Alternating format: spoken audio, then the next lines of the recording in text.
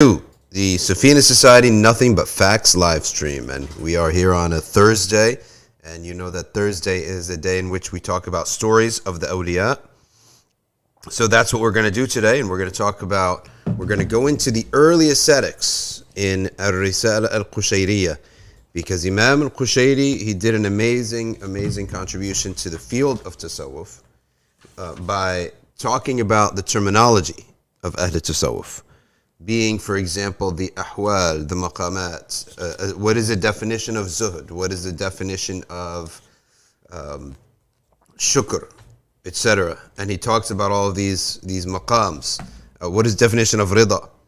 All these maqams that he talks about, and a definition, that he talks about. He talks about karamat. What is the role of karamat? What is the definitions? What happens to the person after the karamat? What is a wali? Right? In awliya'uhu illa al-muttaqun. What is a wali? That's, of course, that verse has to do with the protectors of the Kaaba, but it also has to do with the wilayah, that Allah subhanahu wa ta'ala has awliya and he describes them as al-muttaqun. And there's a hadith of wilayah. So he discusses all these at length. And at the end of the book, a very beautiful section here, it's pretty long actually, where he talks about the early ascetics, and not all of them have extensive backgrounds. He has 83 entries. There are 83 entries of the Awliya that he talks about. So let's just begin. Let's just take verbatim what the Imam tells us, right? No altering anything, or just verbatim what the Imam tells us, and we'll see what he says. And then we'll open up for your comments and your questions. All right, so the first person is Abdullah al-Abhuri. Abdullah al-Abhuri. And his real name is Abu Bakr. Abdullah ibn Tahir al-Abhuri.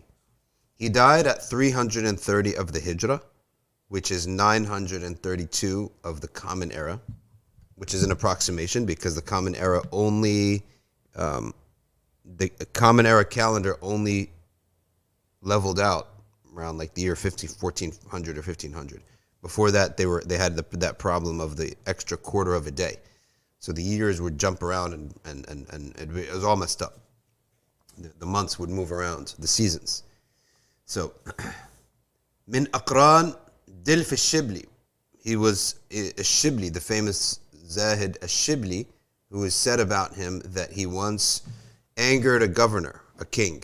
And they would have like little city-states, that even if they were like connected to the Abbasid Khalifa, but the connection was only on like very broad things. So these little city-states within the Ummah, these little towns and neighborhoods, they would have like kings.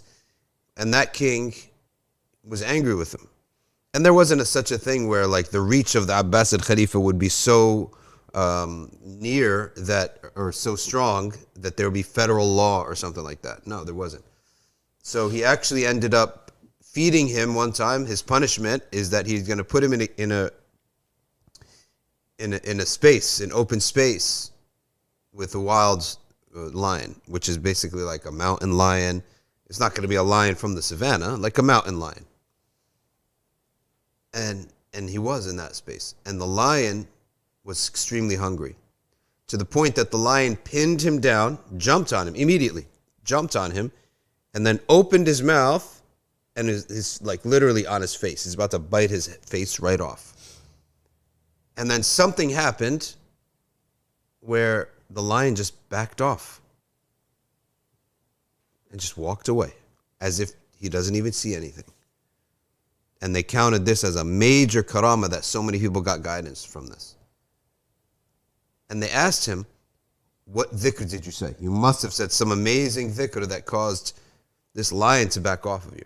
He said, by Allah, nothing like that happened. All I was thinking about was I was trying to recollect the ruling on lion najasa. Lion saliva, is it najis? Because I didn't want to die with najasa on my body. I didn't want to return to Allah subhanahu wa ta'ala and be the angel of death coming to take me with najasa all over me. That's what he was worried about. SubhanAllah, these are something else. These awliya were something else. And you can understand it. They would have spent so much time alone because there was a world of much less distraction that there is now, to the point that their iman would be so rock solid, okay, that these things could happen to them. So he was from the Aqran, he lived in the same generation as a Shibli, and he was like a colleague of a Shibli, and he was from the Shiyukh of Al-Jabal, meaning that he was from the Shiyukh of the mountain areas. He was not a city man. He's not a city dweller. He was a scholar, and he had wara. He was known for caution. Now, wara is to make sure, double check, that you don't even enter into the makruh, let alone the haram. Sahiba Yusuf ibn al-Husayn wa ghayruhu. He kept the company of Yusuf ibn Husayn and others.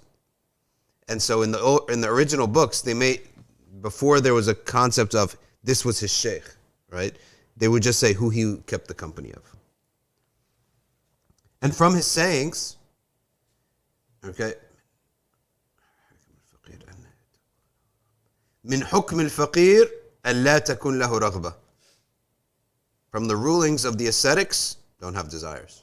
That's tough. That's really tough. And let me tell you that's for the times of the past. Okay. You know, a lot of these books of tasawwuf, because there's relativity to it, you need it translated. You need a filter of living shuyukh, right? And the living shuyukh that I know, they were very cautious of going down that route. And I spoke to some of them, such as Habib subhanallah, his name is skipping my mind right now. He came to Maqasid and he spent a week, and I called him sometime after that. Habib subhanallah, I don't know his name's skipping my mind right now. Hussein, I gotta remember his name. His face is right in front of me. But I asked him about this. What about this state of having no desires anymore, and never even making a dua except Quranic dua, and just leaving everything to Allah? He said this is very, very heavy state. It's a very heavy state, and you could only do this upon being formally and specifically and individually trained to reach that level. And he says it's not from the necessities anymore, and no one should go try to do that by themselves. Is it? Yes, Hussein al-Saqaf. Hussein al-Saqaf. He came to Maqasid about 5 years ago. And then afterwards, I contacted him in the Emirates, and we discussed this. He said this is a very heavy state, and nobody should try to go there without being specifically trained. Otherwise, what a person should do is make dua and condition it by saying, "Oh Allah, if it's good for me," like that. So, but that's why I'm telling you, these are the early ascetics. They were able to attain these maqams without any danger, because there was nothing to desire in the first place. Okay? فَإِنْ كَانَ وَلَا بُدْ. But if he has to have a desire, فَلَا تُجَاوِزْ رَغْبَتَهُ كِفَايَتَهُ. Okay? Meaning that you should only desire what you direly need to survive. This is the early ascetics, I'm telling you. يعني المحتاج إليه. وقال إذا أجبت أخا في الله تعالى فأقلل مخالطته في الدنيا. If you answer the call of a Muslim or a brother in the sake of Allah, then decrease the mingling regarding worldly matters. Okay? House of Films, we're not reading from Saviors of Islamic Spirit. I believe we actually finished all those biographies. Ryan's will type to you right now. We're reading from Ar-Risala al-Qushayriyah. Number 2, Ruwaym ibn Ahmad. We're going to get a lot of barakah reading from these.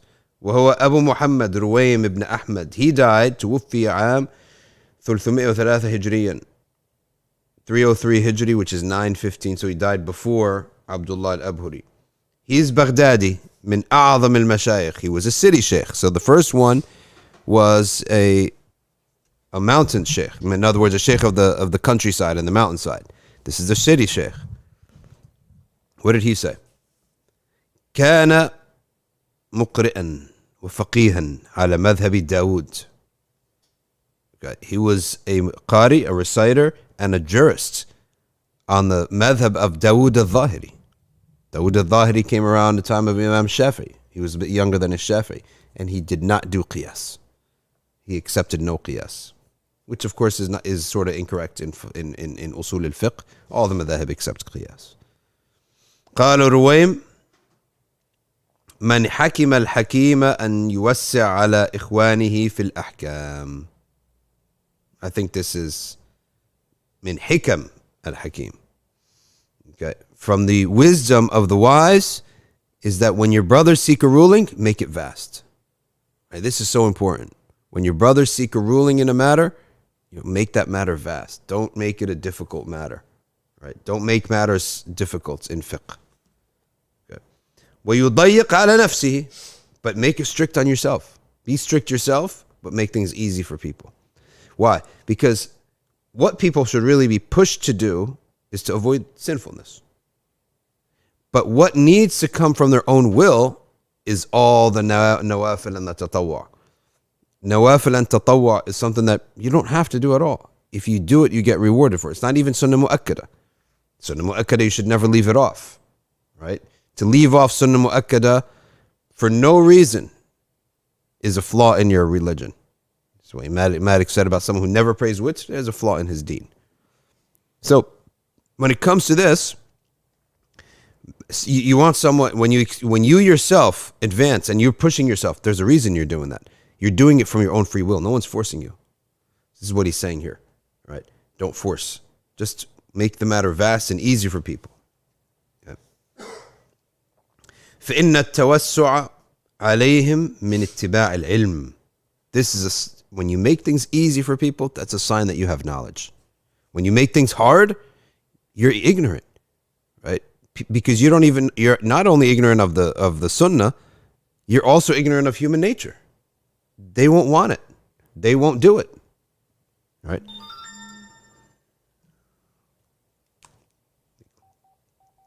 Okay. والتضييق على نفسه من أحكام الورع. Right? And to make things difficult on yourself, that's out of wara. Not difficult, but to ensure that you never ever enter into a realm that is forbidden. That's from wara. يقول أبو عبد الله ابن خفيف سألت رويما فقلت أوصني. Abdullah ibn Khafif says, I saw Ruwaym and I said, give me advice. And that's something they used to do. They used to just say someone Awsini, meaning give me like a final counsel. Maybe they're going to part ways for a while. So give me your final counsel. قال أوصني. فقال. So he says, ما هذا الأمر إلا ببذل الروح. This affair of ours, right? It costs nothing less than your soul. فإن أمكنك الدخول فيه مع هذا وإلا فلا تشتغل بترهات الصوفية.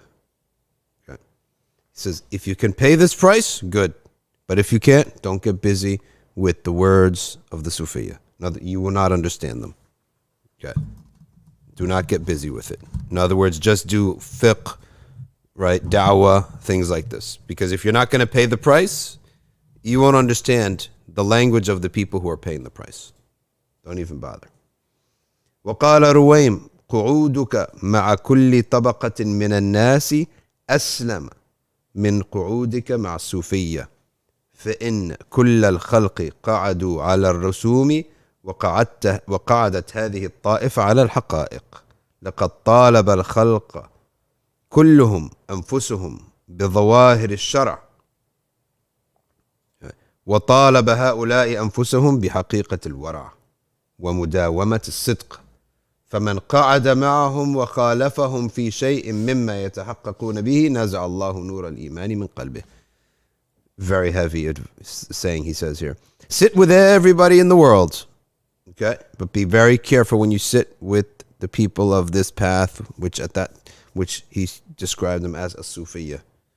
Why is that? He said everyone just has to follow the outward of the Sharia, but these Sufiya have dedicated themselves to the haqa'iq, the inward purity of them, of these matters.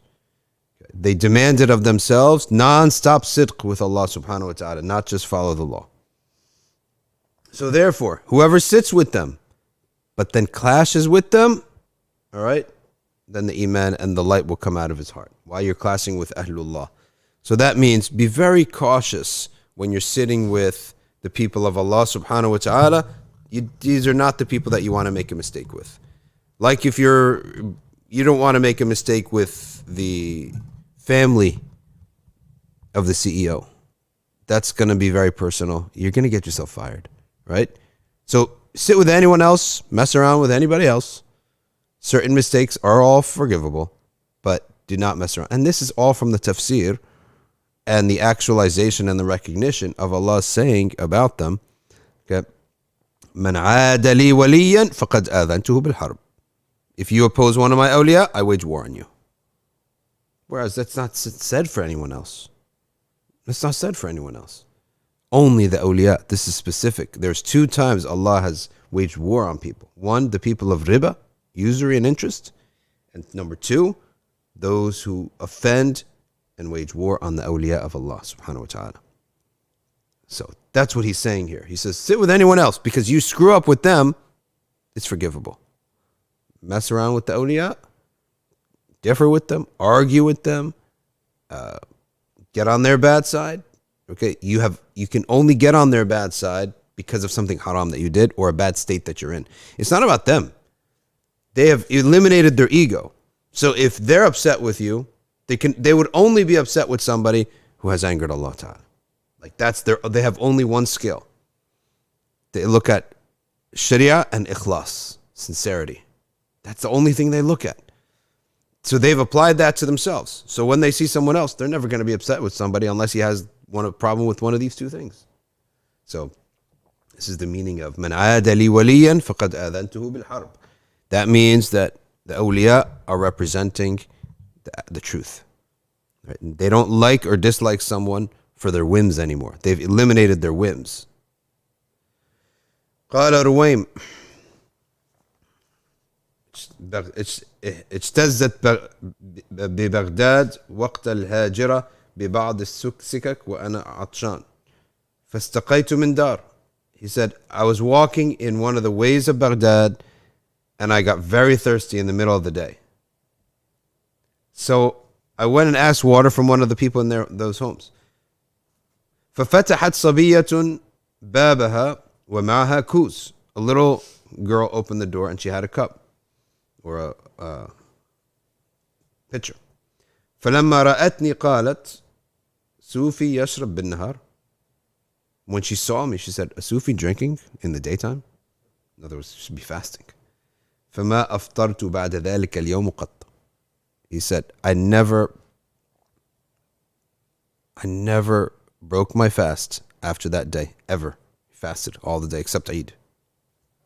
وقال رويم إذا رزقك الله تعالى المقال والفعال فأخذ منك المقال وأبقى عليك الفعال فإنها نعمة. If Allah gives you the gift that you talk the truth and you act upon the truth, that's a blessing. But if He takes away your speech, in other words, you're not in a position to talk anymore, but you still act upon it, this is a big blessing. وإذا أخذ منك الفعال وأبقى عليك المقال فإنها مصيبة. But if He lets you keep talking, but He takes your action away, in other words, you don't do anything, you're just talking, He said this is a calamity.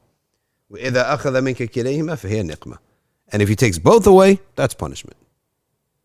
Both of them are taken away, that's punishment. SubhanAllah.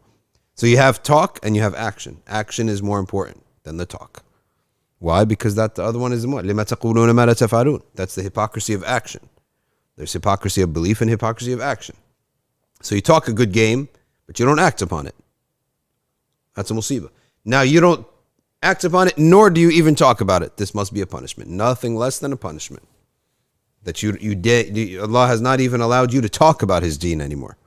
We ask Allah afiyah and salama from that. Number 3, Ahmad al-Adami, وهو أبو العباس أحمد ibn Muhammad ibn Sahl ibn Ata al-Adami. He died in the same time period, 309 after the Hijrah, which is 921 in the Common Era. He was from the Kibar al-Mashayikh والزهاد وعلمائهم. وكان الخراز يعظم شأنه. Kharraz used to talk a lot about him. وهو من أقران الجنيد. He's from the colleagues and the same time as الجنيد السالك. أحمد الأدمي. وقد صاحب إبراهيم المارستاني. And he was the companion of Ibrahim, a man named Ibrahim al-Maristani. يقول من ألزم نفسه آداب الشريعة نور الله قلبه بنور المعرفة. Whoever forces himself to follow, ألزم نفسه, force yourself to follow the rules of the Sharia, then Allah Ta'ala will light up his heart. So, if I have a darkened heart, and I have no feelings in my heart, of deen, of iman, like I have a dark heart. How do I fix that? You can't just fix your heart. You show Allah subhanahu wa ta'ala that you want to fix your heart by acting upon his law. You make yourself act upon Allah's law. You force yourself. That's your expression. That is how you pay the price. That's how you're essentially telling Allah subhanahu wa ta'ala, I want this. Only when you show that and you do that, then Allah subhanahu wa ta'ala will light up your heart. So if you can't control the inside, control the outside. I can't control my inside. My inside is dark. I have no love. I have no love of the Prophet, no love of Allah, no love of Sharia. This isn't nice to me. I don't like it. So you have a very sick heart if that's the case. Someone who does not answer the call of the commands of Allah subhanahu wa ta'ala quickly. Such a person has a dark heart. It's a very sick heart. So how do I cure my heart? By the outside first. Go to the outward things first. And the outward things, force yourself to do them. Avoiding prohibitions, fulfilling obligations, and doing ibadat. So Imam al-Ghazali says it beautifully in Al-Bidayah wal-Nihayah. He says that when you do this, the medicine, if you're sick, the medicine's bitter. So if your heart is sick, when you ingest that medicine, it's bitter. You don't like it. So you can have people whose hearts are sick. They can sit and open the Quran to recite the Quran, and it's like pulling teeth. It's miserable for them. Why? Because his heart's sick. But what's the solution? When you're sick, what do? You keep taking the medicine. You continue to take the medicine until you find it to be sweet. Okay? Continue taking the medicine, and the moment that it's no longer painful for you, okay, that's a sign that you're getting healthy. The moment that you desire to do this now, that's a sign that you are in good health. Okay, so you're going to go from, I hate this so much, that's because the heart is sick, to, okay, I'm doing it, to, I want to do this now. That means the heart has reached that health. And this is why when we talked about children before, if your children get sick, you got to force them to take medicine. Whether you like it or not, you're taking this medicine, right? Kicking, screaming. And when you do it, you tell yourself you're a good parent, right? Get me a parent, the kid has a fever. Your 2-year-old has a fever. And then the doctor says, you must take this medicine to bring the fever down or else the kid could die. And then you didn't give him the medicine. Doctor, hey, did you give him the medicine? No, he doesn't want to. I don't want to force him. I want to make him love medicine. Doctor's going to say, do you want to go to jail for negligence? Do you want your kid to die? What's wrong with your head? Force him to take the medicine whether he likes it or not. And ibadah with dhikr is very similar to this. Right? It's just people don't view it as that. They don't recognize that this is a shifa. Certain Quran, certain children, there's a certain amount of time. You must recite the Quran, whether you like it or not. Force. You will love it eventually when your heart is cleaned. Okay? And certain things you can never do. You will not roam around Netflix. Just bad things for your heart there. Okay? Certain things, I don't care if you want to do it. I don't care if all your friends do it. You can't do it. It's going to ruin your heart. So only if you have dhawq. Dhawq is experience, it's tahaqquq. And you've experienced this, will you recognize that sins and dhikr is no different than poisons and medicines. And no household I ever seen allows their kid to have M&M covered ice cream at 4 p.m. Dinner's in half an hour. Dinner's in 1 hour. Right? No household out there. What's for breakfast? A pile of Skittles for breakfast. No household. It's bad. You know it's bad. So in the physical matters, if we truly understood this and we tasted this, then we would treat spiritual matters the same way we treat physical matters. In fact, more. Because a Skittles at 7 a.m. on a Saturday morning is only going to destroy your teeth. Sins are going to destroy your heart. But the problem is that if you've never tasted and you never felt the pains of sins and the sweetness of dhikr, then you have no reference point to what we're saying here. So you need to treat yourself as a patient. And it's with force in the beginning. And bitterness, and you hate it. And that's why the sir is the awrad. The secret to health is the awrad. Why? Because the awrad are so short, but they're regular. Wird in the morning, wird in the evening. Or if you could put it up, safinaside.org/wird, lowercase w. Morning wird, evening wird. In the beginning, some people have said they can't even bring themselves to recite it. So they just listen to it for like a couple months. Then they bring themselves to actually recite it. And they start reciting it. Once they start reciting it, right, it's a pain in the beginning. But they force themselves and force themselves and force themselves until eventually they find a sweetness to it. Once you find a sweetness to it, that means your heart is healthy.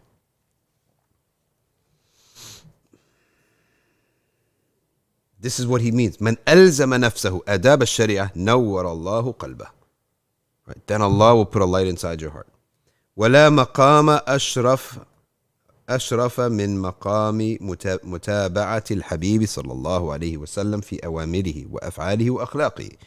And there's no maqam better than following Allah's most beloved Prophet صلى الله عليه وسلم in his commandments and his actions and his manners.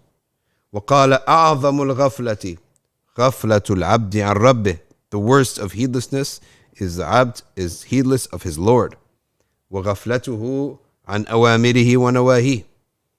And the first of remembrance of your Lord is on commandments and prohibitions.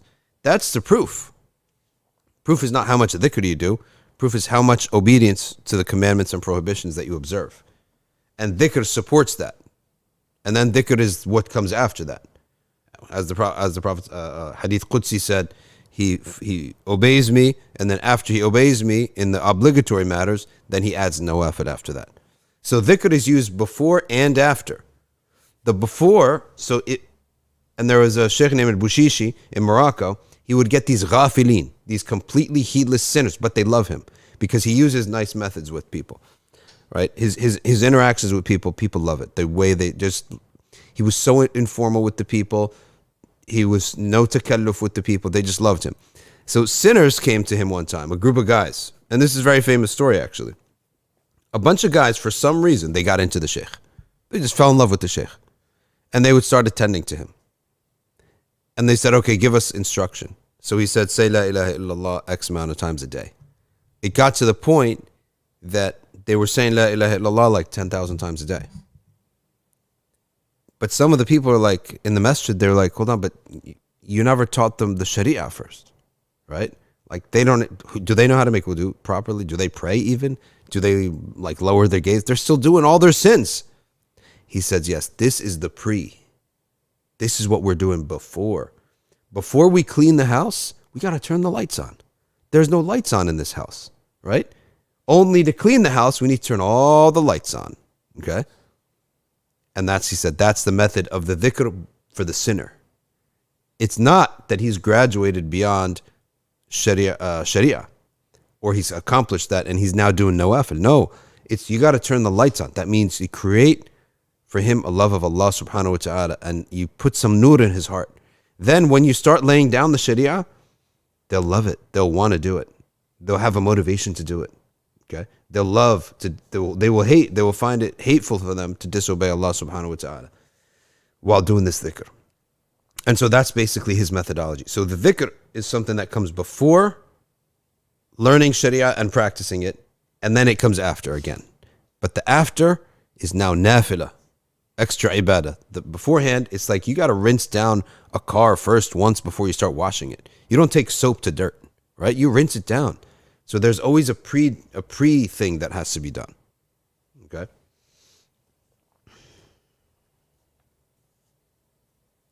ويقول كل ما سئلت عنه فاطلبه في مفازة العلم. Everything that you're asked about, or كل ما سألت عنه, everything that you desire, seek it in knowledge. In knowledge. Okay. فإن لم تجده ففي ميدان الحكمة. If you can't find it in the Sharia, seek it in the realm of wisdom, like there are everyday wisdoms.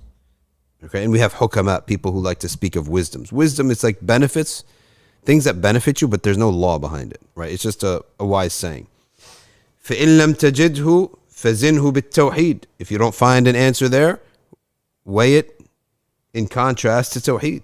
فإن لم تجده, meaning the attributes of Allah. Does this befit, right?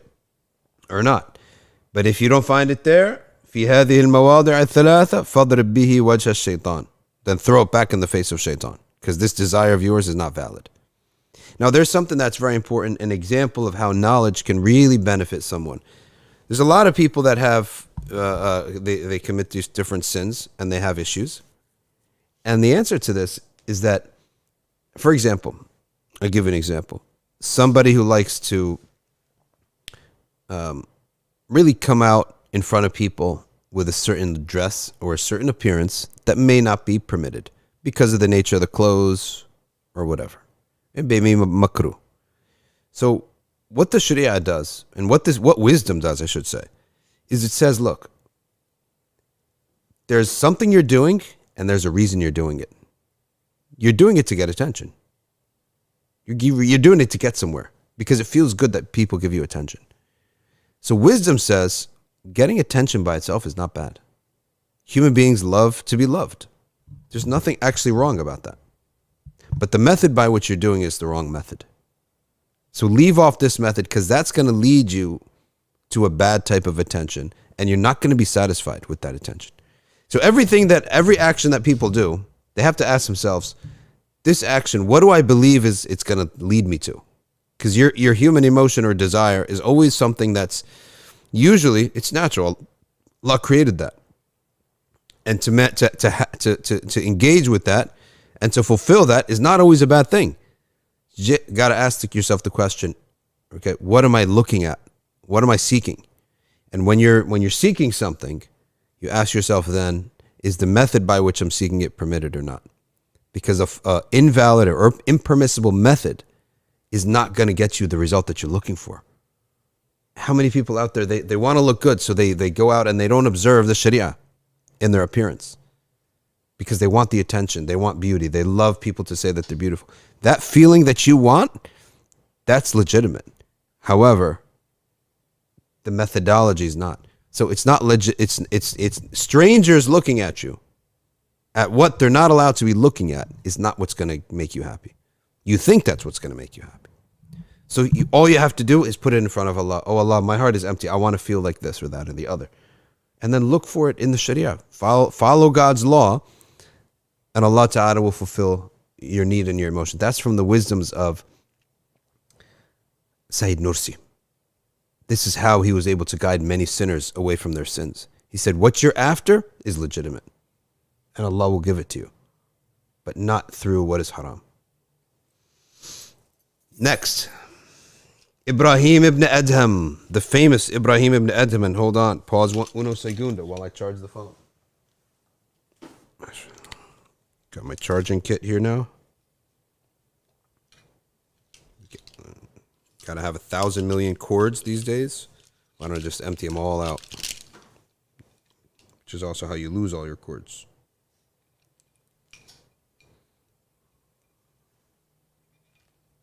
Okay, here we go. Bismillah. Yes, it's working. Okay, Ibrahim ibn Adham. And he is Abu Ishaq, Ibrahim ibn Adham ibn Mansur. And he died before all of these by 150 years. He died 161 Hijrah, 778 Miladi, or Common Era. Okay?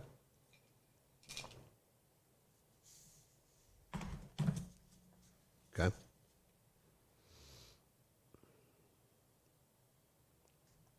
Min kudrati Balkh. He's from Balkh. Balkh, Persia. It's an area in Persia. كان من أبناء الملوك فخرج يوما يتصيد. He was one of the sons of kings. He was a prince, in other words. Okay? He was a prince. And he went out to hunt one day. Now he has a bigger entry because he is one of the biggest early shuyukh. And his dhikr, his story is very widespread. Now he's one of the sons of kings, princes. And as I had mentioned, even though there was like one khilafah, but there were a lot of different little cities that overall they reported back to the Khalifa, but internally they governed themselves because the Khilafah didn't have the manpower to go out the way like states are today and nations. So he was one of these cities or towns, and his dad was the don of the town. So we went out, one day he went out to hunt. فَأَثَارَ ثَعْلَبًا أو أَرْنَبًا. And he came upon a rabbit or a fox. They used to get the fox for the furs. وهو في طلبه, and he's chasing it. فهتف به هاتف. Then he heard a voice. He said, يا إبراهيم ألهذا خلقت? Oh Ibrahim, was this what you're created for? Chasing animals for fun? No, you're a rich kid. You don't need to do this. You're not like hunting for food. أم بهذا أمرت? Is this what you were commanded to do? Is this what Allah commanded people to do? Just chasing around animals for fun? ثم هتف به. Then he heard another sound, noise. ما لهذا خلقت ولا بهذا أمرت. So the answer, you weren't created for this and you weren't commanded to do this.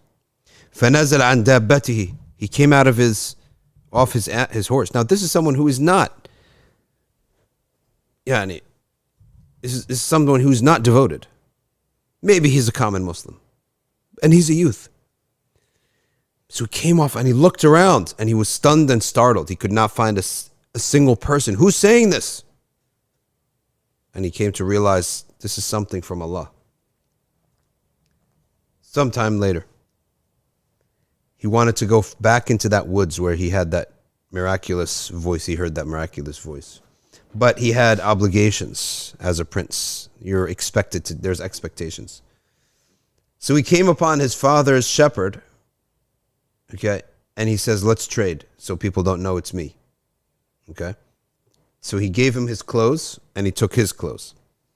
And it was that rough clothes because he didn't want to wear the nice clothes back into the woods.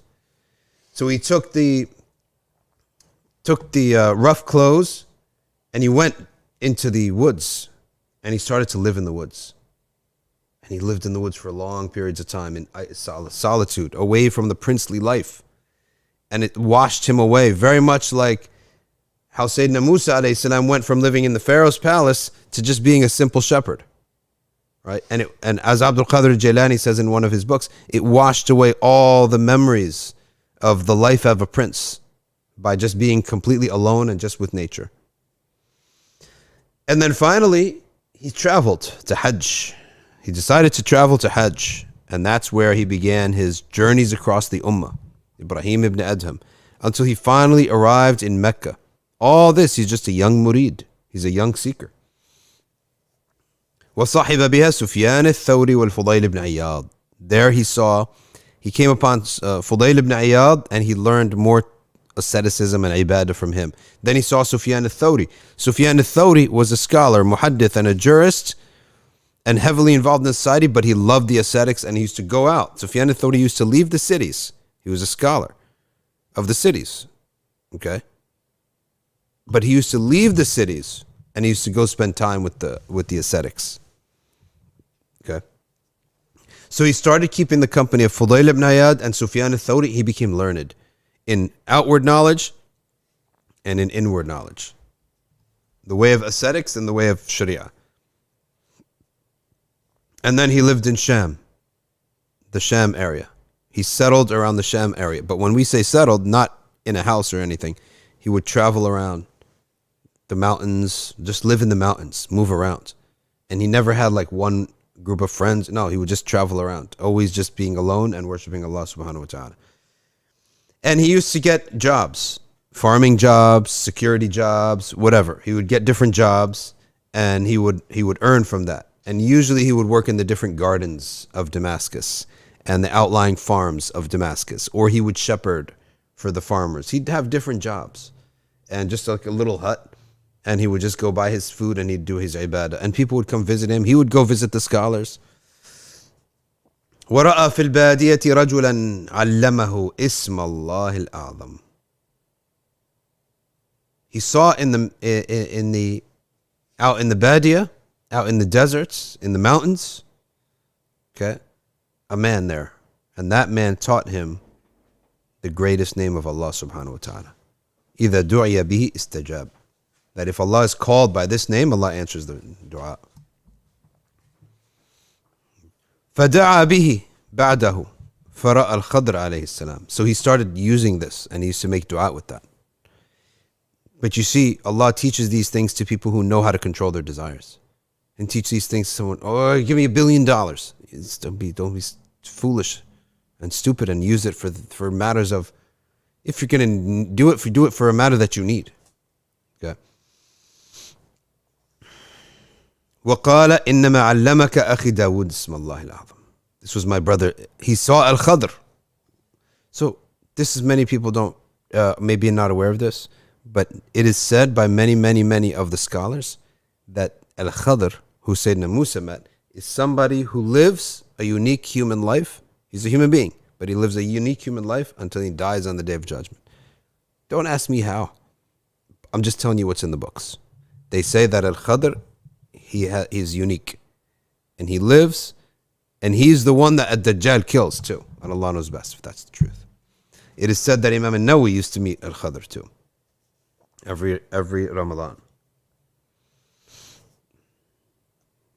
He said that was, yeah.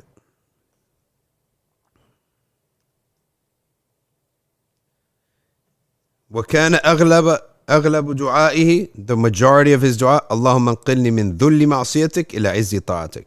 The majority of things that he used to say, oh Allah, remove me from the humiliation of my sins to the glory, the honor of your obedience. And it's also, it was said by, who said it? Many said it, but Ibn Atta mentions it, Hikam Ibn Atta. But is that, why are some people in obedience and some people are in disobedience? He said that the people who are in obedience, they're like that because Allah subhanahu wa ta'ala saw something in their heart. Their heart moved in the right way. Their heart moved in the right direction. So Allah ta'ala honored them with acts of obedience. So that, for example, you see somebody and you be humble with them. Right? You see somebody and you be generous with them. Your heart moved. You see something and you sympathize with it. You see something, you get upset with it. Just in your heart. You see disrespect of deen, killing of Muslims, disrespect of Muslims, and you get upset with it. That by itself is enough. You see that, Allah Ta'ala, you see these things and your heart moves in the right way, then Allah Subhanahu wa Ta'ala loves this movement of the heart. So he dresses that person, he starts inspiring them to do acts of ibadah. And the opposite, someone's heart goes in the wrong direction, kibr, arrogance, etc., etc., right? Lust, disrespect, and no anger for the deen, never is anger for the deen. So Allah subhanahu wa ta'ala calls this his heart. He dresses him then with bad deeds. He gets them into bad deeds because that's the result of your heart. وَهَلْ جَزَاءُ الْإِحْسَانِ إِلَّا الْإِحْسَانِ وَجَزَاءُ سَيِّئَةٍ سَيِّئَةٌ مِثْلُهَا. Allah says in the Quran, is not the reward of good deeds another good deed? So the good deed of the heart earned you the tawfiq to do good deeds of the body. وَجَزَاءُ سَيِّئَةٍ سَيِّئَةٌ مِثْلُهَا. Allah says in the Quran, the punishment of a sin is another sin, such that your heart moved in the wrong way, in arrogance, disrespect, no anger for the deen, no ghayrah for the deen. So Allah subhanahu wa ta'ala caused you to get another sin, right? To do acts of sins. وَقَالَ لِرَجُلٍ فِي الطَّوَافِ. He was making tawaf around the Kaaba, and a man said to him, اعلم, know, أنك لا تنال درجة الصالحين. You will not attain the rank of the Salihin حتى تجتاز 6 عقبات, until you pass 6 levels. تغلق باب النعمة وتفتح باب الشدة. That you may have to one day close the door of luxury and open the door of hardship. And it's true, even if it's not physical. A person who goes into the deen, all of a sudden his best friends may make fun of him, right? A person who practices the deen, all of a sudden, the doors were open to me when I was like loose and doing all these haram things. Now they're all closed. والثانية تغلق باب العز وتفتح باب الذل. There are going to be cases where the practice of the deen causes people to dishonor you. Certain people, they don't have any respect for the deen, so they're going to dishonor a person of deen. That's what he means by that. والثالثة تغلق باب الراحة وتفتح باب الجهد. The deen, it requires efforts to be done. Like we Muslims, we're doing two different things. We have to compete in the world like everyone else, and we have to uphold the Sharia. We have two laws that we're upholding. But this one, the law of Sharia, is going to help us take shortcuts in the success in the world. That's why you should never imagine it that, oh, we have a double burden and the kuffar only have one law. No, the kuffar have one law that's very limited. They're ruining their dunya, right? They're just seeking dunya, but they're ruining it. They don't understand the actual realities of what makes humans happy and what makes ni'mah stay with you. Sharia teaches us that. But in the beginning, it seems like we got double the work to do, right? I got to go to work from 9 to 5, but I also have to pray Fajr. So if I wanted to get up at 7, that doesn't work because I end up having to get up, pray at least at 6:15. You get up for 6:15, you pray Fajr, you roll back into bed at 6:30. Well, what am I going to do? Am I really going to sleep for 30 minutes? How many of us have faced that before?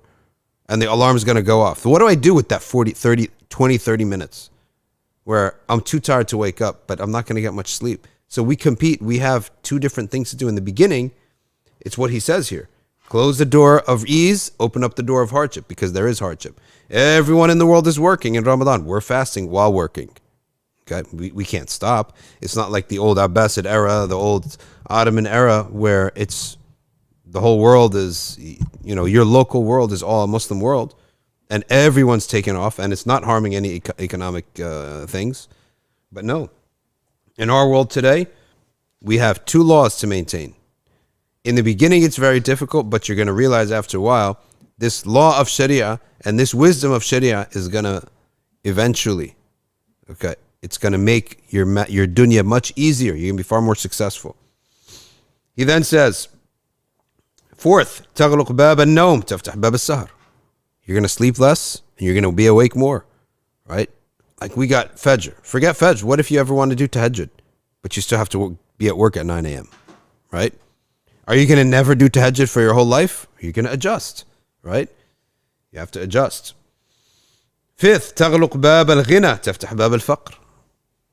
You're going to close the door of wealth and open the door of poverty. What does that mean? That means there's a lot of business that you can't do anymore when you have the Sharia. But in the beginning, you're going to feel, wow, I'm giving up a lot of money here.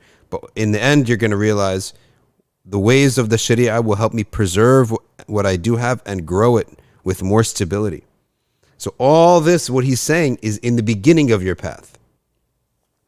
And lastly, تغلق باب الأمل وتفتح باب الاستعداد للموت. Now the person who starts turning to Allah Ta'ala and getting involved in his deen, he closes this door of only thinking about the future of this religion, okay, a future of this life. And he starts thinking, well, wait a second, I'm worried about 30 years from now, and my investments, I haven't even prepared for my death. So he starts preparing for his death, okay? And he starts thinking about death. And when you start thinking about my maut and my death, then, 30 years, 30 years from now, we'll worry about that later. So in the beginning, all this is very hard. But eventually, in the end, you realize this is for you, not against you. Nothing of the deen is ever against you. But it may be seemingly against you because of the sicknesses and the rust and the sins on the heart. Last paragraph. كان إبراهيم ابن أدهم يحرس كرما. He was once employed in a grapevine, in a vineyard for grapes. فمر به جندي. A soldier from the state came by and he says, give us some grapes. He says, the owner never told me to give you grapes. So he then took his stick and he started hitting him, okay, on the shoulder. So Ibrahim ibn Adham said, no, that's not the bad part of me. This is the bad part of me. Hit it. I deserve to be hit here. I deserve to be hit for all my forgetfulness of Allah and my sins. The Jundi looked at him and said, this man is crazy, and walked by. Sahl ibn Ibrahim said, صحبت Ibrahim ibn Adham فمرضت فأنفق علي نفقته. So every once in a while, Ibrahim ibn Adham would have some friends, and he had a roommate one time named Sahl ibn Ibrahim. He said, I was sick, so Ibrahim took care of me. The whole time he took care of me. So I asked for certain foods, and it's a known remedy that when someone's sick, you give them the food that they want, because that's like it's going to be good for them. So he said, I kept saying, I want to eat this, I want to eat that. So he kept buying me these wonderful foods that I wanted to eat when I was sick. Okay. And then he says, all right, let's go. I felt better. He said, let's go. And then they went out. So I got on my mule, and Ibrahim didn't have a mule. Where's your mule? I said. He said, oh, don't worry about that. He said, what do you mean don't worry? You used to have a mule. We need to go somewhere. How are we going to go? He said, I'll walk. He later found out that Ibrahim ibn Adham sold the mule just to give him the food that he wanted.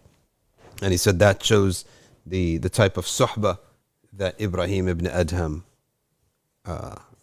what he had for his people, for his sahaba, or his companions, his ashab. All right, we're going to stop here. We have a small dua for Adam, age 11, Ayman, age 9, Tasneem, age 3. Okay.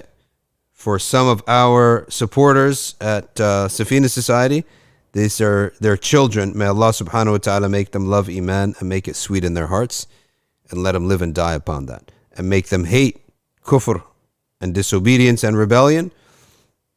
All right. And make it bitter in their hearts, and let them die upon that. We ask Allah subhanahu wa ta'ala to raise them up and surround them with beneficial friends, and to give them spouses that are beneficial, make them happy in their marriage, and let them die upon tawheed, and keep them away from all hardships in their families, and give them blessed children when they grow up, and make their rizq halal. Likewise to all the children of everyone involved in this type of work, and in our audience as well. All right, let us now turn to the comments, and it's time for open Q&A. Specifically, we try to relate it to the topic, but if we go off the topic, that's not a problem. Now, some of you have asked that you don't see that your questions are answered. Remember, I try not to scroll up. Why? Because some people, if I answer questions that were posted earlier, then that person might not be there anymore. So now the QA has started. Put your questions so that we can answer them while you're still watching. That's the beauty of it. Okay, so put your questions on now, inshallah. Sayyid Muhammad Daniel, I am a surah away from khatm al-Quran. Can I make the khatm now and you make the dua? Why not? Inshallah, why not? Mu'ab, nowadays most women work and help raise families, so parents' inheritance is being distributed equally among sons and daughters. Is that permitted? No, it is not. It's not your money. It's not your money. وَآتُوهُم مِّن مَّالِ اللَّهِ الَّذِي أَتَاكُمْ. Give them from the money of Allah which He gave you. The money that you have in your bank account is not yours. All wealth belongs to Allah subhanahu wa ta'ala. The understanding is we may do with it what we wish, but He also may command us to give out and prohibit us to involve in certain things. So that's the understanding of wealth. We have to have the proper understanding of wealth. The communists, the capitalists, every non-believer before them and after them believes that wealth is theirs. We say no. Logically and by revelation, wealth is not ours, wealth is Allah's. Wealth is not ours, logically, because all wealth goes back to natural elements of the earth. Trace back this, for example. Where did this come from? This came from money. I had the money, I bought it. Where did the money come from? That money at some point was mere representation of gold. Where did the gold come from? Who made gold? Who here on the earth made the gold? Right? So this is why wealth is not ours. Wealth is Allah subhanahu wa ta'ala's, and He commands you to give, and He disallows you to give. He disallows you to spend your money on drugs, on alcohol, on interest. And He commands you, upon your death, your wealth is going to be distributed like that. X, Y, and Z. So you have to distribute it like that. Can you briefly tell us how to pray namazi chust? Explain to me what is chust, please. What is chust? What is the Urdu meaning of chust? What is the ruling on the duff in nasheeds and dhikr? Permitted, but discouraged if it's in the mosque. It's discouraged to use the duff in the mosque. Bina says, could you please explain the hadith that speaks about women being deficient in intelligence and in deen? Barakallahu feek. Let me actually get the sharh on that from one of the ulama. But the short of it is that there is no, what the Prophet, peace be upon him, described is that their deficiency is merely in testimony. Testimony to a crime in which there is harm to be done on the criminal. And those matters that Allah Ta'ala does not want her to testify, so that she doesn't have to sleep knowing that I'm the person who did it, right? Who caused this person to like lose a limb or get lashes or something. Allahu A'lam, that's one of them. As for deen, it's that she doesn't pray most of the time, or a lot of the time. A lot of times she doesn't have to pray. Okay. So that's that. But I will read that sharh. I'll look up some of the shuruhat in the mutawalat, and we can read it one day. Is the story of Ibn al-Mubarak and the slave in the book that we read from? Allahu A'lam. I don't know. I didn't read it from here, but it could be here. It could be in the latter chapters, but I read it from another book. Nabila Udin says, what does it mean when you dream of something happening but the opposite happens in real life? Sometimes there are opposites in dreams. There are opposites in dreams. But that is a realm of study. In the realm of dream interpretation, there's opposites. Right? Things happen but the opposite occurs. Now, why is that the case? Allahu A'lam. I can't remember that lesson, to be quite honest with you. But we can have to. Are we aware of the best of Allah's names, that great name, Al-Ism Al-Azam? No, we are not aware of what Al-Ism Al-Azam is. It's speculation. Everyone speculates on it. How can a mother, says Masita Misdi, how can a mother make dua to help her disrespectful and disobedient daughter? I heard you said about the heart of a person that Allah guides them towards obedience and disobedience. Well, first of all, there is dua, but also remember, as long as the door of action is open, that is a branch of answering your dua, right? Part of answering your dua is that the door of action is open. So the dua is easy. Oh, Allah guide their heart. You ask that in the middle of the night. But also there's action. You have to ask yourself, that a plant doesn't get rotten for no reason. This is true. You can't have good soil, the right amount of water, clean water, good sun, and the plant fails. Right or wrong? So we're not going to talk about iman and kufr, because that's of Allah. Allah is the guide to that.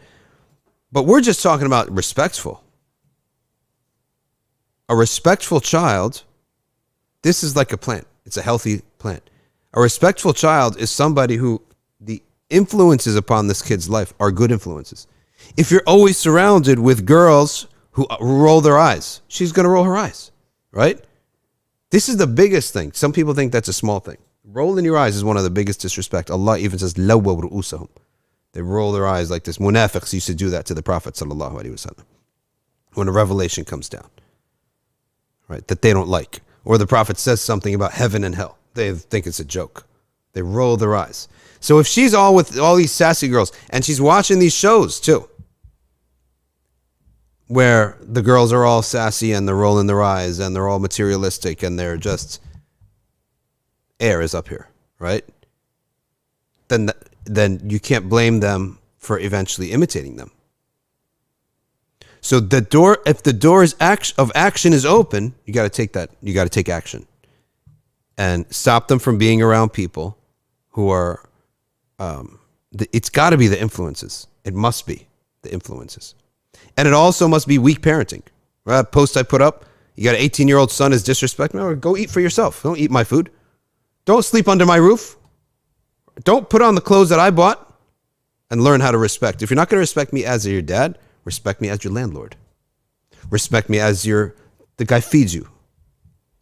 The guy who buys your clothes. Go buy your own clothes. Take all that clothes off. I don't know how you're going to go out. Okay? Borrow your sister's clothes. Get out of the house. Get yourself a job. See how hard life is and what I'm protecting you from. Maybe you won't have manners with me as your dad, but you have manners with me as your landlord, right? As the guy who feeds you, the guy who protected you. Go sleep out on the deck tonight and see how you like it. In the beginning, you'll be angry. Then you'll get desperate. Then you'll become grateful. Okay? Now, you can't do that with a girl. All right? We don't do that in the Sharia with a girl. But there's weak parents. I'm not saying she's a weak parent, but I'm saying there are a ton of weak parents. Like, we have every i'tikaf that we have. It's the same complaint, the same bins. All they care about is their Instagram and their pictures and blah, blah, blah. Okay? The older girls complain about the younger girls that have that. And the parents are like, oh, what can you do? What can you do? You physically bought them this phone. Then now they got addicted to the phone. You, with your hands and feet, you moved to go to AT&T and buy the phone. And you gave it to them with your hands. Allah gave you these hands. Take it away, right? That's the solution. No, we can't. Why can't they? Why can't you? What did you create? What have you created? You raise an alligator in your house, and you keep feeding it and feeding it and feeding it. And now the alligator's in charge. And you can't, I can't go over there because the alligator's going to bite me. SubhanAllah. Allah gave you hands and feet. So, and he's going to ask you about these hands and feet. So use them. Snakes. Wallahi, people they're raising snakes. And kids, very simply, whatever you feed them, they become that. They can become angels too. If you feed them the right thing, they can be really good. If you feed them the right suhbah, and if you deprive from them the poison. So that's my 2 cents on the matter. Sansan Medic says, I gave an interview for a job today. The decision comes tomorrow. Feeling anxiety and despair. How to stop feeling of negative and scared about the decision. I remember being in those positions. And the best thing, honestly, the practical advice is surround yourself with your family and your loved ones and do stuff. Let the time pass, right? And of course, keep the remembrance of Allah on your mind at all times. I always think, sometimes I think of deer too, there's a function of anxiety that makes you more sharp as well. SubhanAllah, that's a great point. Like deer, they always run away from everything and they look fidgety. Yeah. They're just trying not to get eaten. That's true. Sometimes anxiety, Ryan is saying, if you heard him, it's a good thing. Because it makes you make sure that you got all your bases covered, right? What's the badil to youth shows and how to deal with them being pressured? Youth shows. There's got to be something. Well, for boys, sports at least is more halal than not, right? I don't know, for girls. And sometimes, you have to be a bit more raw and more, not extreme, but it's you don't have to watch a show. Don't watch a show, right? Oh, we got to watch shows. Who said? Who wrote that law? Why am I bound to it, right? I went years and I maybe watched one show regularly my whole life. Jerry Seinfeld. That's it. I watched one show for my whole life. When I was young, I never watched shows, right? Why? I just didn't have interest. I watched sports. And then one show that caught my interest, right? So, but you got to look. There's got to be something that's okay. But we will probably reach a time where it's not okay. Every show is going to have trans and qom loots and alphabet soup. Every show. I'm sure. Unless the Christians go make a Christian Netflix or something. Then they'll have crosses everywhere. Fine, I'll tolerate that, right? How do we protect ourselves, says Tasneem, from being spiritually exhausted? Spiritual exhaustion. Best too is you have times in the day and you have to unwind yourself at the end of every day with shay'an min al-batil, something of what is the batil means, something just has nothing to do with deen. It's just completely unwinding yourself, right? Whether it's playing basketball, watching basketball, you're allowed to do that for this reason exactly. Hanging out with your friends, you're allowed to do that. That helps avoid spiritual exhaustion. I'll tell you who gets spiritually exhausted: single people, because they have no one to busy them from their ibadah. So it's like they wake up, they go to sleep. There's like no single people, meaning who live alone. But if you're surrounded with your family, they'll busy you with stuff, right? Such that it'll balance it out. It'll bring you a bit down to earth. It'll forcibly take you away from your ibadah a little bit, so you go back with more energy. But if in the absence of that, it is okay for you to engage in something of dunya, so to speak, so that you can go back to ibadah in a good way. Is that what you mean by spiritual exhaustion? Like, I'm worshiping so much I'm tired? That's how I understood the question to be. Does the hadith of Kisa have same transmission in Sunni and Shia tradition? I've never made a comparison. I never compared them. Any tips or tricks to be able to get a good workout without listening to upbeat music? You got to ask the people who work out, right? To be honest, I use a treadmill, but I don't actually go to gyms and stuff like that. But you take a smoothie before you work out? Fruit and protein? Before? Okay. But then how do you keep yourself going, though? I guess you get yourself a drum beat, right? Or watch reruns of the Super Bowl, right? Watch the old Super Bowls. Or old action movies where someone's getting chased or something like that. You think about fiqh when you're working out? SubhanAllah. Yeah. Swimming, you can't have anything on your mind, or you can't listen to anything. Question from Muhammad. What's that? Oh, really? At the gym? Wow. Muhammad says, if a gift is given to a child, but parents give it away to someone else, what is the ruling here? Everything given to your child is yours. You could do what you want with it. You think you own anything in this house? You're using all of my stuff. That shirt of yours, that's mine. I bought it. My money. I'll let you use it. Right? That's how things work. What do you mean, my room? You don't have a room. Show me the receipt you paid for this room. That's my room that I'm letting you use. Okay? That's how it is. Moab says, when Allah subhanahu wa ta'ala says, we assigned a law and path to each of you. وَلِكُلِّ مِنْكُمْ شِرْعَةً وَمِنْهَاجًا. He would have made you one community, but he wanted to test you. Yes, we could have been one human being, one tribe, one race, one language, one prophet. It could have started like that, right? But no, Allah subhanahu wa ta'ala divided things up, right? Divided up the territories, divided up languages. Continents are separated by seas, so they never meet each other. This is part of our test. This is for all of humanity in general.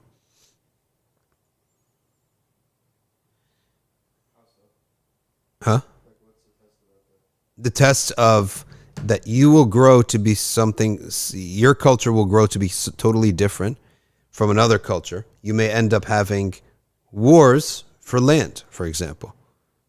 You may feel threatened.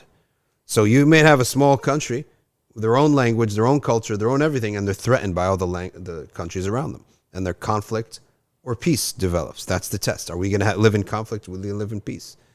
So on and so forth. Like physically, it's a test. And لِكُلِّ مِنْكُمْ شِرْعَةً وَمِنْهَاجًا is the proof that the aqidah of all prophets is one, but the shari'ahs are different.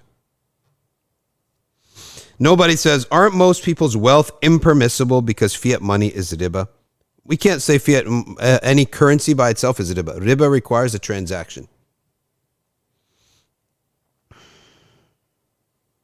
All right, back to namazi chust.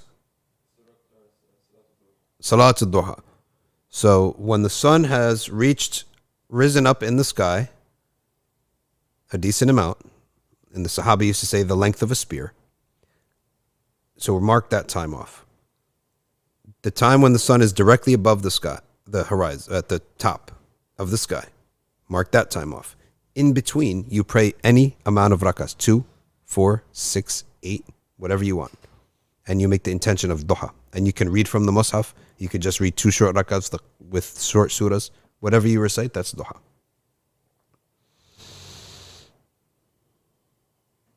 When would you say that someone is ready to take Dar al-Fath courses? You can go to daralfath.org to check out the tuition for next semester. But if you have a decent background in understanding trajectory and manhaj, which is, we can't have people in Dar al-Fath asking what is a madhab, for example. Why do we have to follow a madhab? What is the meaning of, Ash'ari Aqidah? There are certain things expected that you already know, right? And what we do is we offer a preparatory course, which overlaps. It's part of Dar al-Fath for those who haven't taken it. And for people who want to join Dar al-Fath, which is our part-time program here in New Jersey, the Sundays Awaylim course, 2 to 5, is the prep course. You hang out, you take that class for a year or so, even a little, maybe a bit more, you'll be ready for that. Because we cover a lot of things, the fundamentals of our approach and our methodology. You got that? So that's what you do. And that class is available online too. You take it as an online class with ArcView Plus. You sign up for ArcView Plus, and you take the class online. Does a wali have to give up their wealth? Waliullah? No. Waliullah can be very wealthy. Nothing wrong with that. Yusuf Alulu says, Assalamu alaikum. How does one know they're ready for marriage and not just lonely? Marriage is not about, am I ready? Marriage is about desire. Do I want it or not? That's a simple question you have to ask. It's just, that's it. How do you know you're ready to eat dinner? I want to eat dinner, right? Now, you have to be a good husband too. So you need coaching on how to be a husband. Just because you want to get married doesn't mean you should get married. You need some coaching. Read some books. Watch some lectures. Get educated. Ask people. Okay? How do you be a good husband? You do that for a couple months. You'll have enough. Can you pay the rent? Can you pay for food? Can you pay for a jacket? Can you pay for gas for her car? Right? I mean, she might have to go visit her dad. Maybe she's in college. Can you pay for all these things? That's objective. The other stuff is just learn. Right? Ask around.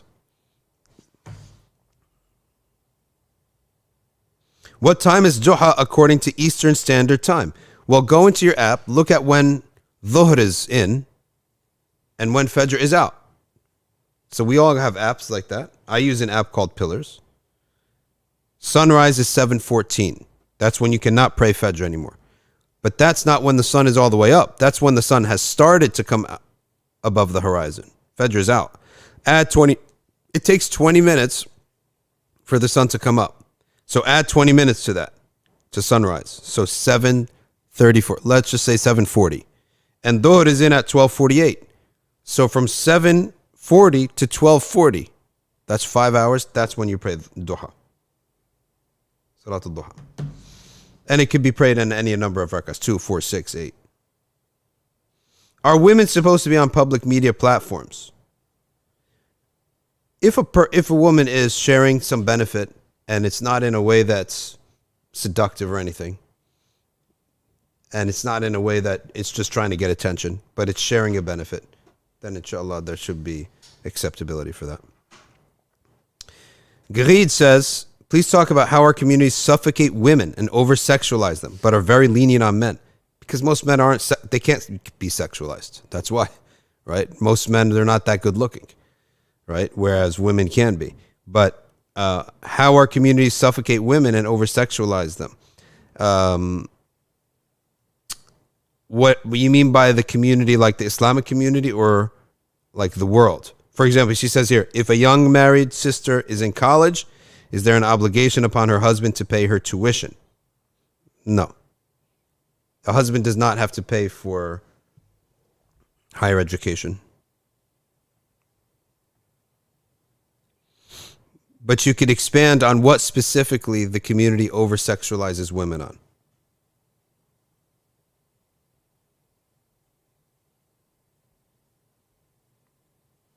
Salatul Duha is praying any 2 rakas, 2, 4, 6, 8, whatever rakas you want to do, anytime in that window that we mentioned just now. Okay? That's what Salatul Duha is. NYU is here, and I have to say, I really wanted to go to NYU this year to speak, but the schedule was just so brutal. I really wish I could have made it. Maryam says, are there going to be any Islamic family events during the Thanksgiving holidays at NBIC? No, we won't have anything like that. Usually people, because the majority of the community are families, we just let everyone, we take off. And the people just go to their community, their families, and spend the weekend there.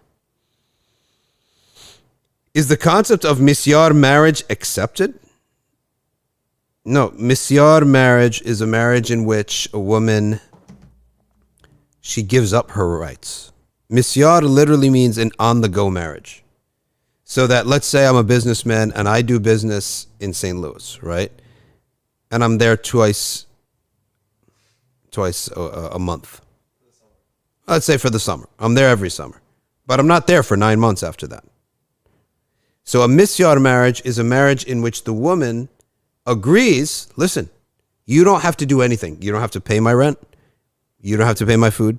You don't have to protect me. Just come and we'll enjoy ourselves as a married couple. Okay?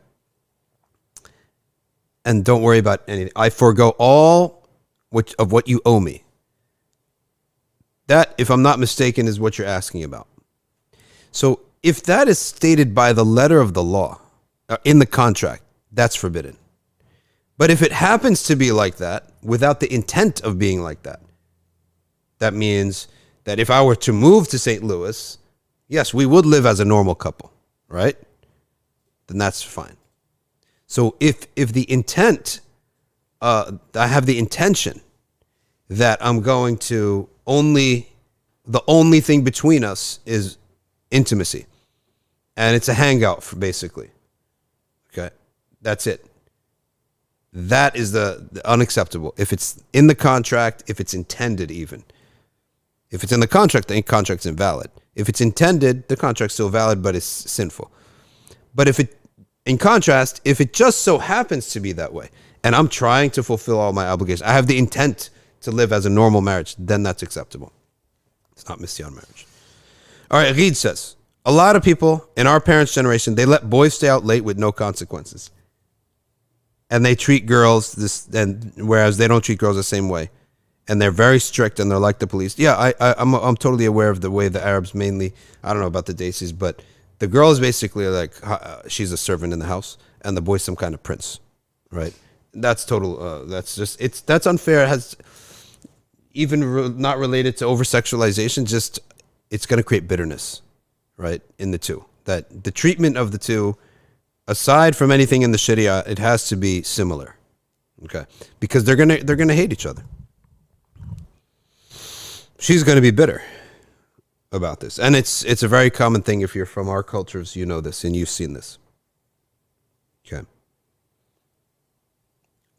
Nobody is saying that fiat currency is riba. As I'm telling you, a currency is never riba.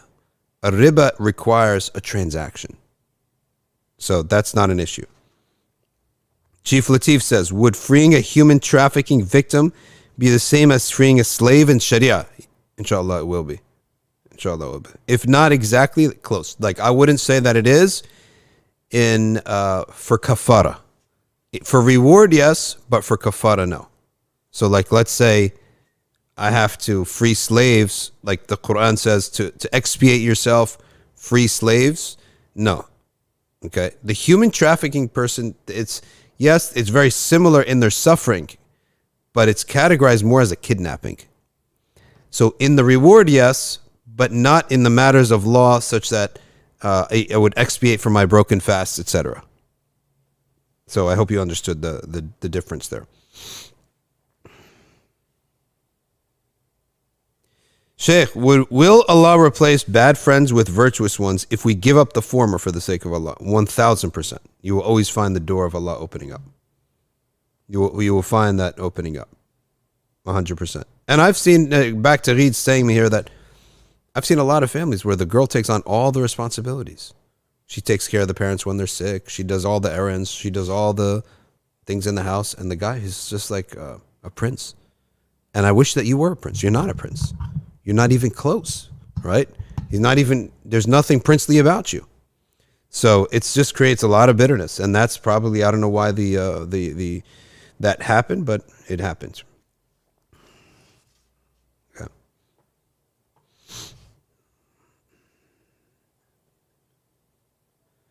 Ali Batali, women have 10 times more patience than men. They tolerate a lot too. That's very true. They do tolerate a lot of, okay, of abuse that they shouldn't have tolerated.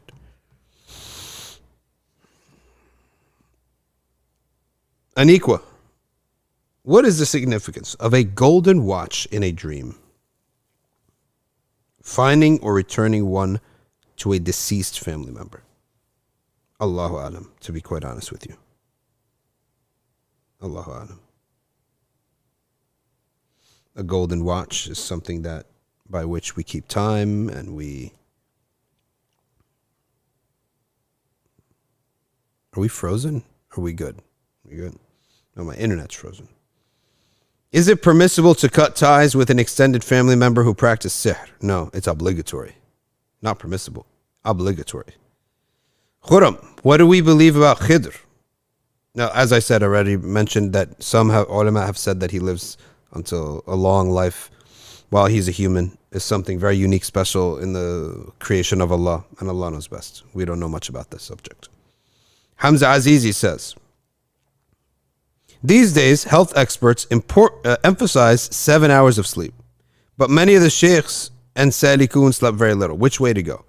No, you go the natural way of where you feel your health is going. Those shuyukh and awliya, they didn't sleep a lot. It happened naturally. It's not something they tried to do.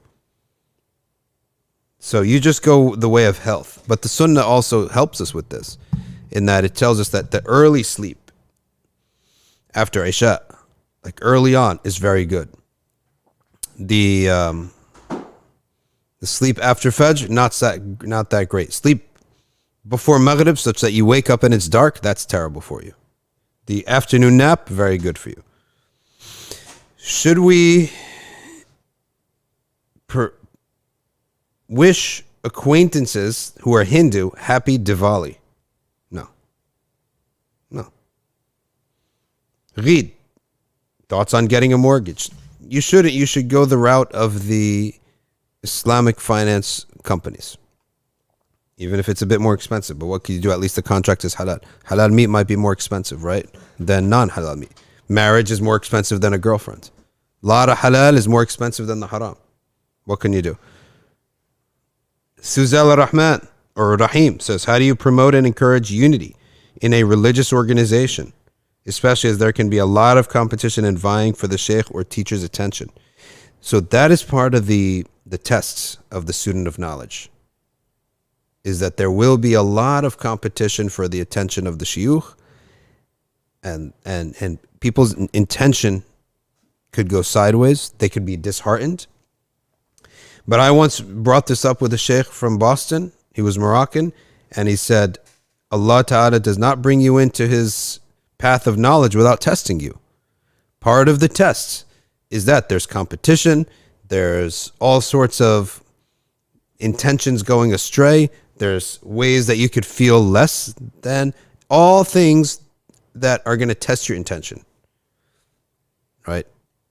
Especially if you're like came out of a halaqah that had like 5 people in it, everyone loves everyone, right? Then you go to a school, there's 500 people in it, nobody even cares who you are. Are you there to be cared for and loved and patted? Or are you there for the sake of Allah subhanahu wa ta'ala? Put your head down and remember your intention. Don't leave. Don't leave unless there's, some other issue that would But if it's just a matter of like those emotional aspects, purify your intention, put your head down, do your job. Zaykoon says, what advice would you give parents of a mentally disabled child? We are hopeful for the cure, but Allah knows best. To be quite honest with you, we should ask somebody who has experience with this. The amount of sabr is just something else.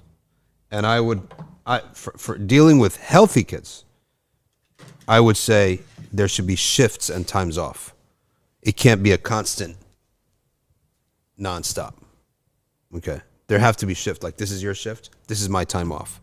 Because I can imagine if you have a healthy child and that's exhausting, imagine then a disabled child. Why should we cut off ties if someone is on sihr? If someone is a fasiq, an open, public, shameless sinner, we don't keep their company.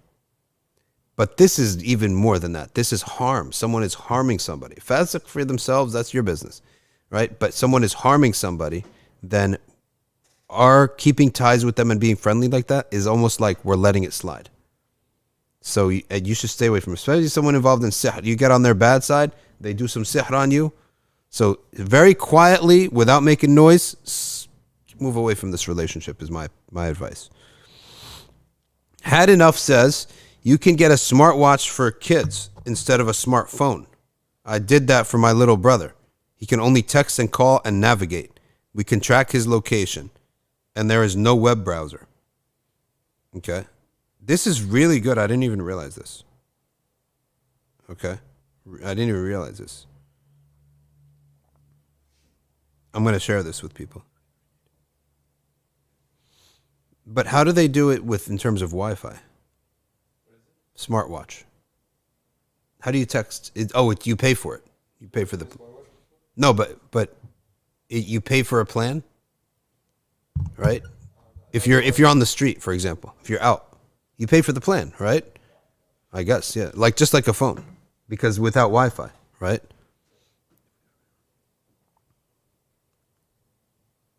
That's a good piece of advice there. Thank you very much.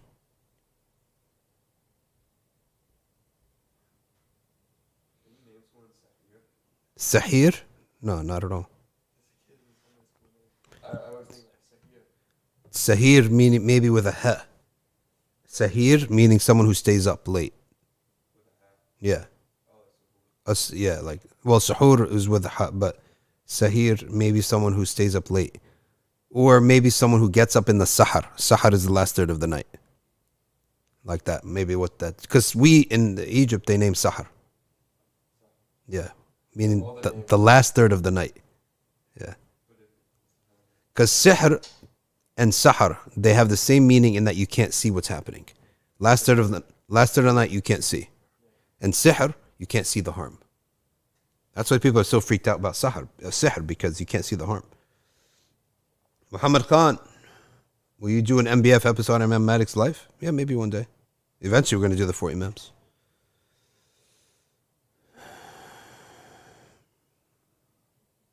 Let's see what else we have here.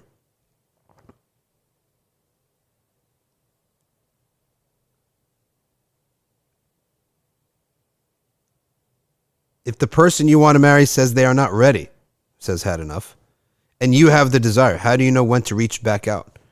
You got to convince them. You're the predator. You got to convince them.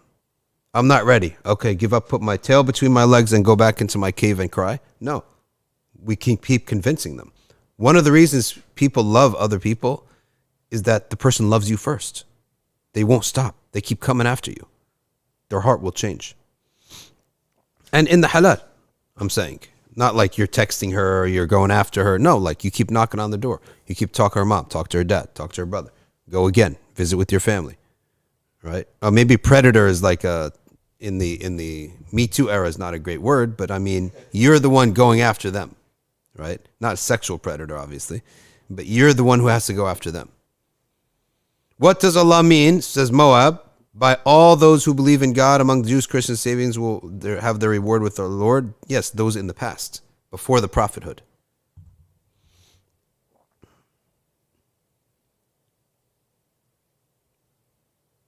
All right, next question.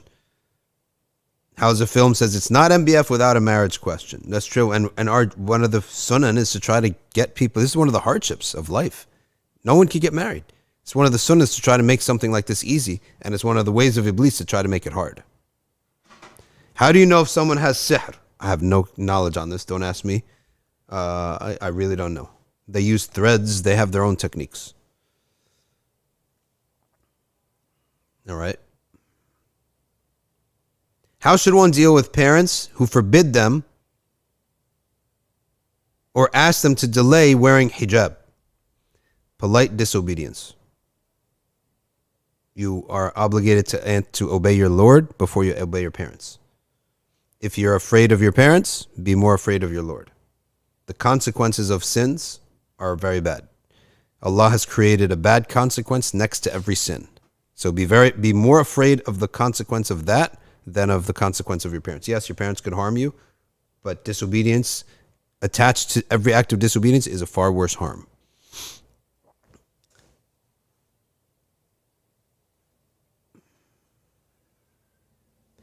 Had enough says, I'm in St. Louis. You should actually visit twice a month, but not for marriage. St. Louis, Missouri. You ever been there?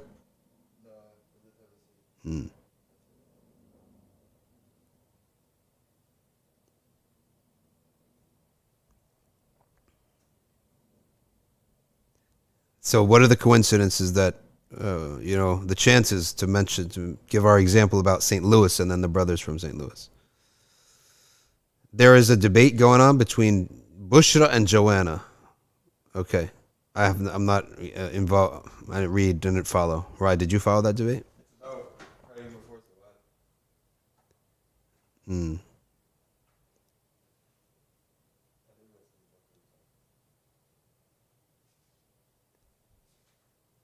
Let's see what else we got here.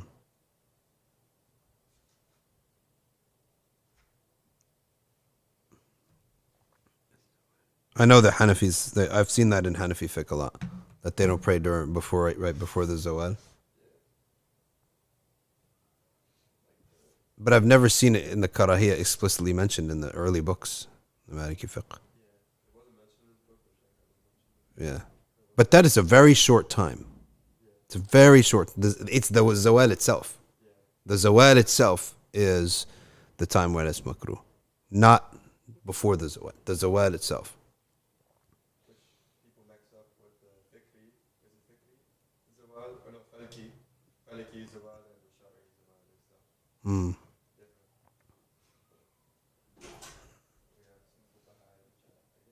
All right, good. They're discussing stuff, making themselves go back and look up the right answers. All right, folks. Last question, Turquoise Man. Is it okay to get less sleep religiously? I would not advise that. You're just going to harm yourself. Okay. Ali Balatali says, why did the Prophet dislike dogs and like cats? It wasn't that he disliked dogs, because the dog was the friend of the keepers of the cave, right? The 7 sleepers of the cave. Ashab al-Kahf, and Allah keeps mentioning the dog. Some people say 3 and the 4th is the dog. 5 and the 6th was the dog. 7 and the 8th was the dog. So Allah keeps mentioning the dog. So the dog has a lot of virtues. I wouldn't say that we can say that we're supposed to hate the dog, nor that the Prophet disliked the dog. But the Prophet disliked one feature of the dog, 2 features, which is their noise and their filth. They spread sickness. They spread disease. They spread germs. They're very dirty. They destroy everything. They urinate wherever they want. No civilized people should be having dogs everywhere, right? If you want to be clean. Even today, dog is to destroy your grass. I got a neighbor of mine. I don't say hello to this guy. This guy walks his dog and he urinates right on our lawn. I mean, pull him a little bit. Let him urinate on the street. Who cares? He ruins my lawn, right? So I have a little feud with this guy, right?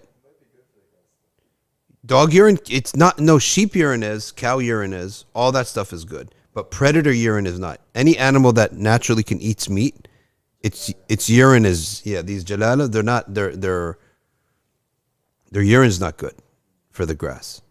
Have the decency, right? All the American dog owners, they go over the top to make sure they don't harm you. This guy, he's Indian. So these guys, they scoop him up. I see the guy walking with a scooper. Another guy, he puts on a glove and he picks up, it's pathetic, right? And he picks up the poop of his dog. This guy, no, we're not in India here, right? Take your dog somewhere else and urinate somewhere else.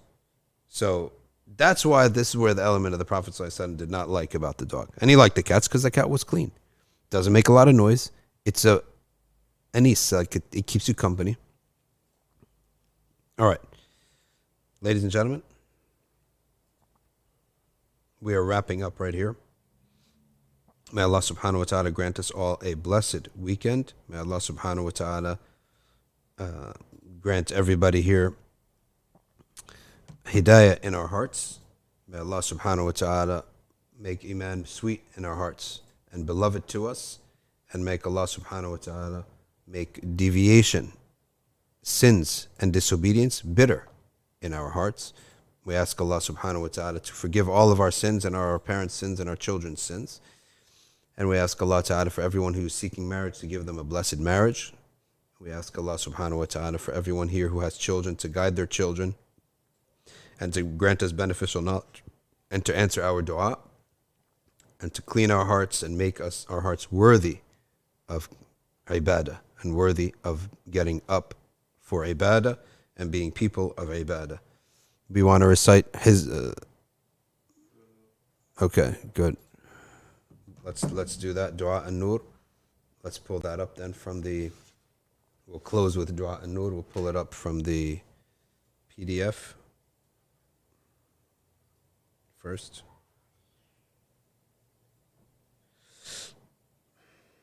Let's pull it up 1 second here, because I can't see that far off.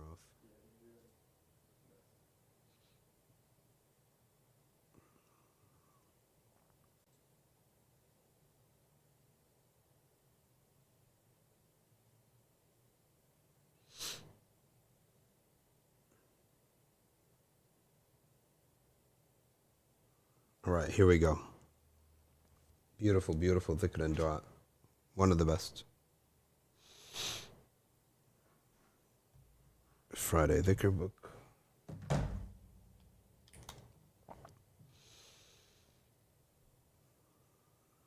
Does it all fit on the screen? Good.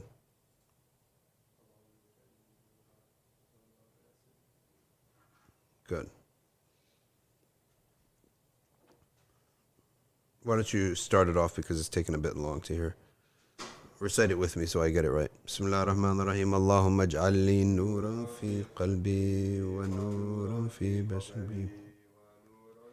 سمعي ونورا في بصري ونورا في شعري ونورا في بشري ونورا في لحمي ونورا في دمي ونورا في عظامي ونورا في عصبي ونورا من بين يدي ونورا من خلفي ونورا عن يميني ونورا عن شمالي ونورا من فوقي ونورا من تحتي. اللهم زدني نورا وأعطني نورا واجعل لي نورا وصلى الله على سيدنا محمد وعلى آله وصحبه وسلم. Remember everyone, today on ArcView it's Hanbali Fiqh at 6 o'clock, and then it's Tasawwuf class at 7 o'clock. Wassalamu alaikum wa rahmatullahi wa barakatuh.